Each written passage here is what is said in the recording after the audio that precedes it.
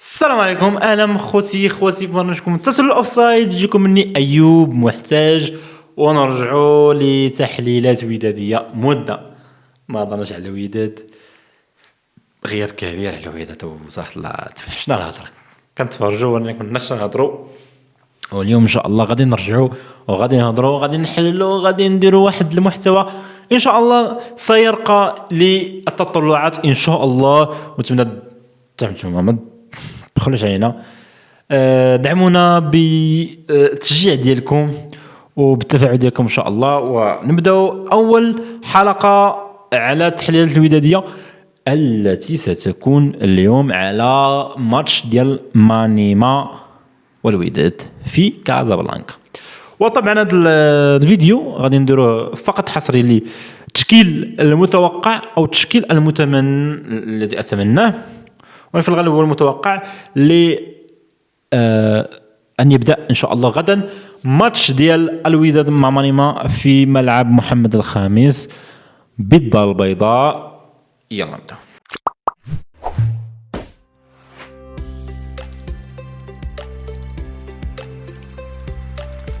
إذا نبدأ بالتشكيل اللي غادي يلعب به أمين بن هاشم، واللي أنا كنشوف أنا بن هاشم غادي يحاول يبقي على الانسجام وغادي يحاول يدير التغييرات ديالو، والانتدابات تدخل يعني بشويه بشويه، وكما تنقولوا خطوه بخطوه حتى غادي يلقى التشكيل القار اللي غادي يكمل به طبعا المنافسه. ولكن كنقول انا بعد شهرين من الغياب استبعد اي تغييرات جذريه على مستوى الوداد.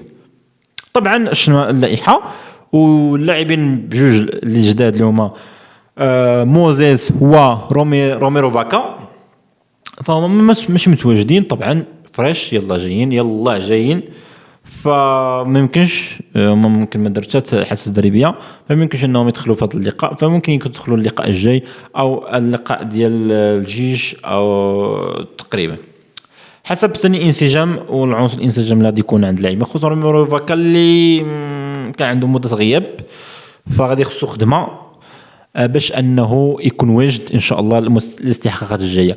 فانا استبعد ان تكون كما قلت تغييرات جذريه، وغادي نتوقع باللي ما غيغيرش امين بن هاشم في التشكيل. نبدا بالتشكيل.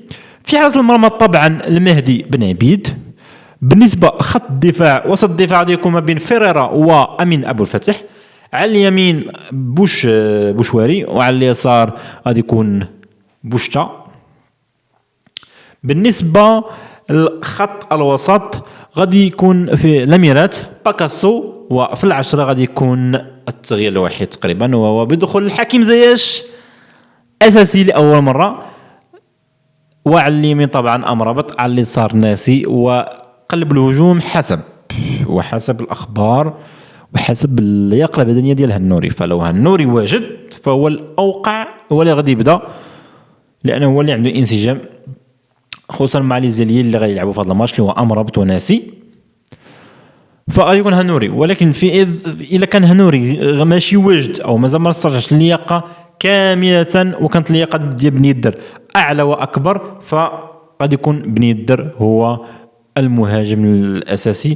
وفي توقعي غادي يبدا بن يدر، وطبعا غادي يكونوا عندنا خلاص بعض التغيير حسب مجريات المباراه والتوقع. ما كنبغيش نكون متفائل بزاف، فان شاء الله حيت الماتش غيكون في كازا فستنتهي ان شاء الله بخماسيه نظيفه. اذا كان معكم اي محتاج نتمنى تدعمونا باللايك وسبسكرايب، واهم شيء رايكم شنو التشكيل اللي خص يلعب به امين بن هاشم. واش كتشوفوا ان الصفقات الجديده غتبدا من اول ماتش ام سيتم الاعتماد على الحرس القديم او التشكيله اللي لعبت هذا الموسم؟ ان شاء الله.